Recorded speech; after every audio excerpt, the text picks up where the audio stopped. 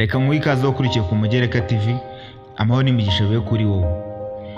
Uno munsi tugiye kumva inkuru y'umugabo witwa Salomo, cyangwa se yari umwami witwaga Salomo, wayoboraga igihugu cya Isiraheli cyangwa se ubwoko bw'Abayisiraheli, akaba yari umwana wa Dawidi. Tugiye kumva rero inkuru ye yose, gusa mbere yuko tuyumva ndakwibutsa gukora subscribe, ugakanda ukazojya kujya ubona notification ya buri kiganiro cyose dushyizeho, mu kanki gice tugakomeza tubana. Iyo usomye mu rwa mbere rw'Abami guhera ku gice cya 11 ku murongo wa 3 niho usanga ino nkuru.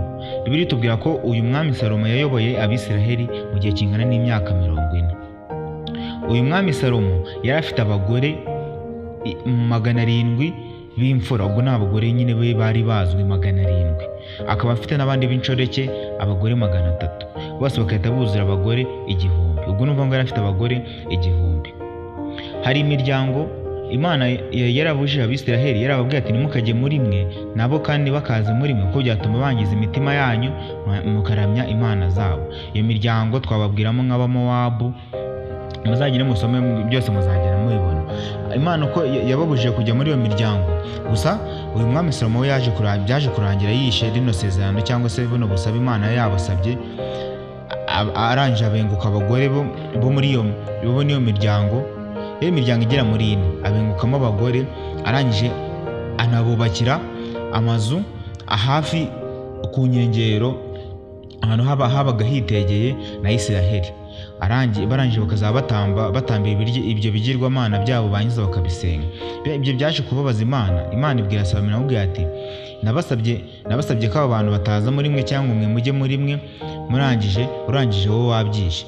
Niyo mpamvu rero nzakunyaga ubwami bwawe, mbuhe umwe mu bagaragu bawe, gusa kubera ko ndi kubigirira se wawe Dawidi, ntago nzabukunyaga ukiriho, gusa nzabunyaga umwana wawe najyaho nzawumunyaga. Cyakora ntago nzamunyaga wese kubwo kugirira Dawidi, nzamusigira umuryango umwe, gusa indi miryango yindi izayoborwa n'umwe mu bagaragu bawe.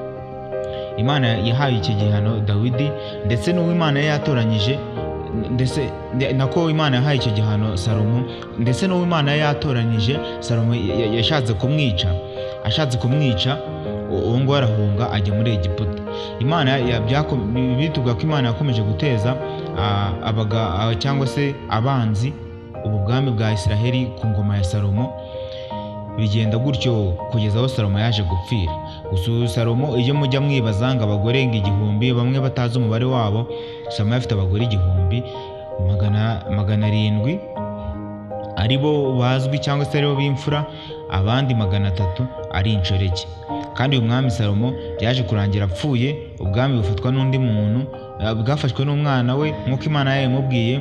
Imana nayo itinyaga ubwami uwo mwana, imusigira umuryango umwe kugira ngo Salomo nako Dawidi atazabaho nabi. Kandi Imana yari yarabumviye, Imana yarayikoreye, arangije indi miryango yose ayiha uwo mugaragu wari uwa Salomo.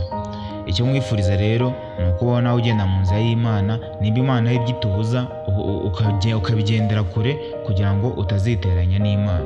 Kandi ndetse nimba hari igikwiye ubona gikwiye, ukaba ari icyo ukora, ikidakwiye ukacyihorera. Icyo mwibutsa ni gukora subscribe kugira tujye tubana mu biganiro byacu bya buri munsi, n'amakuru yacu yo nakagaruka. Ciao ciao.